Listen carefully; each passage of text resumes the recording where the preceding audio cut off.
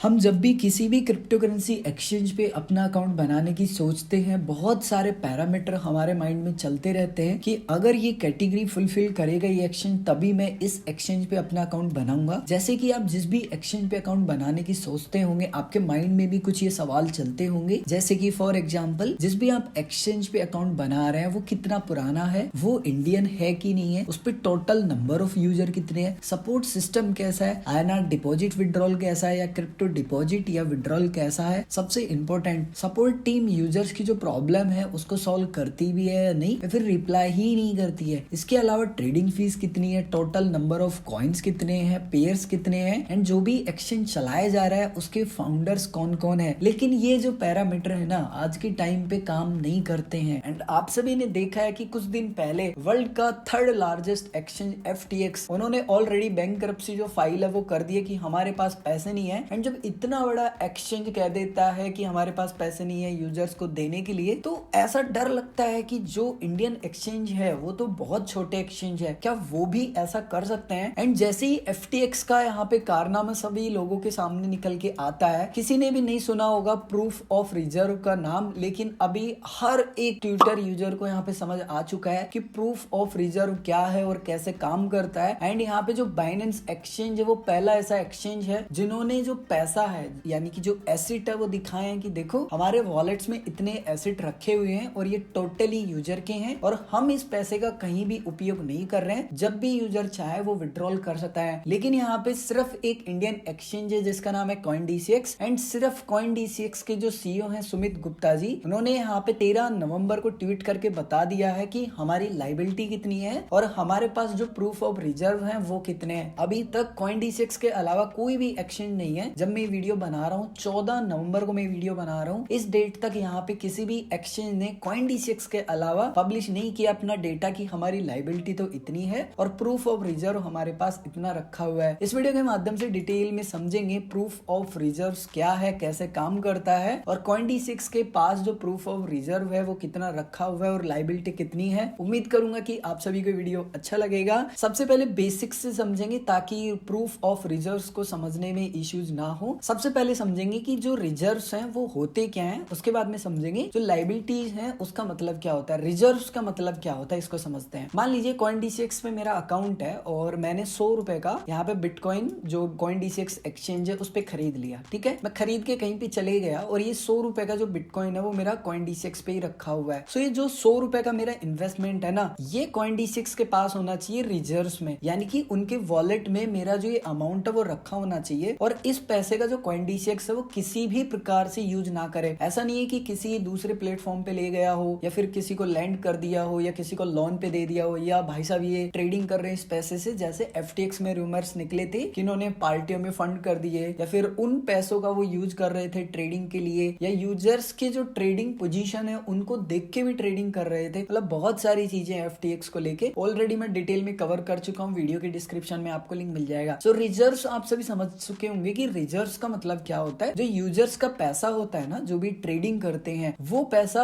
उनके पास होना चाहिए एक्सचेंज के पास, उसको बेसिकली रिजर्व्स बोला जाता है। इसको आप और डिटेल में समझ लीजिए। जैसे मान लीजिए बहुत सारे यूजर्स है, उन्होंने 1000 रुपए इन्वेस्ट किए किसी भी कॉइन में, तो वो 1000 रुपए का पूरा जो पैसा है ना वो CoinDCX के रिजर्व्स में होना चाहिए। ये 1000 से 900 भी नहीं होना चाहिए। अगर 100 घट गया मतलब कुछ ना कुछ गड़बड़ है, 100 रुपए इन्होंने कहीं ना कहीं खर्च कर दिया, हो सकता है कि इनको पैसे की जरूरत हो तो इन्होंने यूजर्स के फंड में से निकाल लिए। फॉर एग्जांपल इसको ऐसे समझो, अभी TDS लागू हो गया, बहुत कम लोग ट्रेडिंग कर रहे हैं, तो जब लोग ट्रेडिंग कम कर रहे हैं, खर्चे तो पहले थे वैसे के वैसे खर्चे हैं। ऐसे समझो कि पहले 100 का स्टाफ था, अभी भी 100 का स्टाफ है, पहले भी सर्वर सेम था, सारी सिक्योरिटीज सेम थी, तो पैसे तो उतने ही लगेंगे। लेकिन अभी रेवेन्यू कम हो गया क्योंकि लोग ट्रेडिंग कम कर रहे हैं, तो उतने पैसे कहां से आएंगे, तो कुछ ना कुछ तो करेंगे, या तो यूजर्स के फंड बेचेंगे, उनमें से निकालेंगे, यानी कि रिजर्व को निकालेंगे, या फिर इनको जो फंडिंग मिली है, जिन भी VCs ने यहाँ पे इन्वेस्ट किया है, बेसिकली वो पैसे ये यूज करेंगे या बैंक बैलेंस यूज करेंगे या फिर लोन लेंगे या खुद का पैसा इन्वेस्ट करेंगे। सो कुछ बातें हैं, लेकिन CoinDCX कहता है कि भाई हम रिजर्व्स को हाथ भी नहीं लगाते, जैसा है वैसा का वैसा है। अब यहाँ पे लाइबिलिटीज को समझ लीजिए। जो भी यूजर CoinDCX पे ट्रेडिंग कर रहा है और जो भी फंड उन्होंने स्टोर किया है CoinDCX पे और CoinDCX ने अपने रिजर्व में रख रखा है, कोल्ड वॉलेट में हो सकता है या फिर हो सकता है कि जो हॉट वॉलेट हो उसमें हो। सो बेसिकली उन वॉलेट में उनके पास वो पैसा रखा हुआ है। लेकिन अब यूजर को लग रहा है कि नहीं, मुझे तो ये CoinDCX FTX से बाइनेंस पे लेके जाना है, फिर CoinDCX से मुझे ट्रस्ट वॉलेट पे लेके जाना है। तो CoinDCX के पास वो पैसा होना चाहिए, तो वो उसकी लाइबिलिटी हो जाती है कि भाई जिसने पैसे मुझे दिए थे, ठीक है, मेरे रिजर्व में रखे थे, अब बारी आ चुकी है कि मुझे वो पैसे देने हैं, तो मेरी जिम्मेदारी बन गई कि मैं उसको वो पैसे दूं। दूसरा केस हो सकता है कि वो यूजर को पैसे की जरूरत है और वो चाहता है कि मैं इसको सेल कर दूं और बैंक विड्रॉल कर लूं, तो वो कैसे भी अपना जो पैसा है उसको कैश आउट कर सकता है। अब यहाँ पे बात आती है CoinDCX की। यहाँ पे वो जो लाइबिलिटी है उसको कैसे कंप्लीट करता है। अगर एसेट नहीं होंगे मान लीजिए, तो जो यूजर है उसका जो पैसा है वो अटक जाएगा। तो मैं उम्मीद करता हूँ कि ये जो लाइबिलिटी वाला एंड रिजर्व्स वाला जो कॉन्सेप्ट है वो क्लियर हो गया होगा। अब यहाँ पे इन्होंने बहुत सारी बातें लिखी हैं। यहाँ पे इन्होंने क्लियरली बोला है कि जो FTX है एंड जो Alameda रिसर्च है, इनसे कोई इनका लेना देना नहीं है, इनका जीरो एक्सपोजर है, ना इनका कोई लिक्विडिटी का उनसे लेना देना है,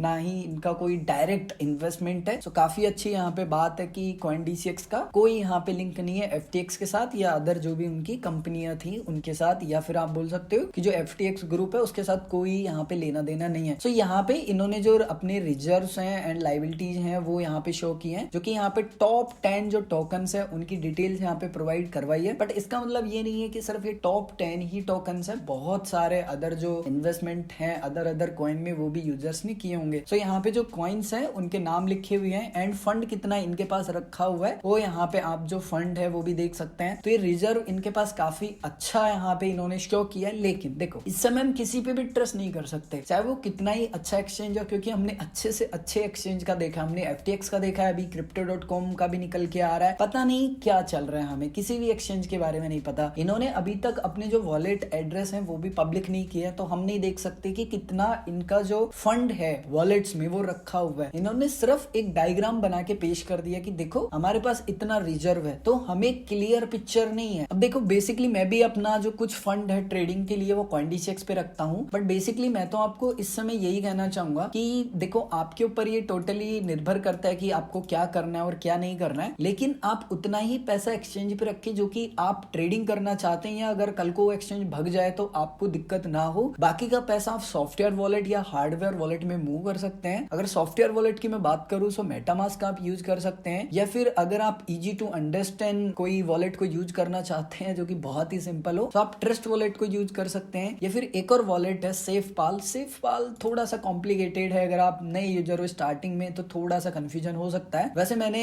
डिटेल में ऑलरेडी इन सभी के ऊपर वीडियो बना रखे हैं, आपको प्लेलिस्ट में सारे वीडियो मिल जाएंगे एंड वीडियो के डिस्क्रिप्शन में भी मैं लिंक प्रोवाइड करवा दूंगा। सो ये सभी हैं सॉफ्टवेयर वॉलेट जैसे कि सेफपाल, ट्रस्ट वॉलेट एंड मेटामास्क। सो ये आप यूज कर सकते हैं, फ्री टू यूज है। इसके अलावा आप हार्डवेयर वॉलेट मंगा सकते हैं, सेफपाल का मंगा सकते हैं, या फिर लेजर का मंगा सकते हैं, या फिर ट्रेजर का मंगा सकते हैं। इनके लिए पैसे खर्च करने पड़ेंगे, 10,000 से 15,000 के बीच में आपको जो वॉलेट से ये मिलेंगे। मैं उम्मीद करता हूँ कि आप सभी को वीडियो अच्छा लगा होगा, और अगर आप सभी को वीडियो अच्छा लगा है और अगर आपने अभी तक इस वीडियो को लाइक नहीं किया तो इस वीडियो को लाइक कर दीजिए, क्योंकि आपके एक लाइक से काफी ज्यादा मोटिवेशन मुझे मिलता है। और अगर आपने अभी तक इस चैनल को सब्सक्राइब नहीं किया है तो सब्सक्राइब बटन पे क्लिक करके सब्सक्राइब कर लीजिए एंड बाजू में बेल आइकन पे क्लिक करके नोटिफिकेशन ऑन कर लीजिए, ताकि जो भी मैं वीडियो डालूं उसकी सबसे पहले आपको नोटिफिकेशन मिल जाए। मैं मिलता हूँ आप सभी को एक और ऐसे ही नए इंटरेस्टिंग वीडियो में।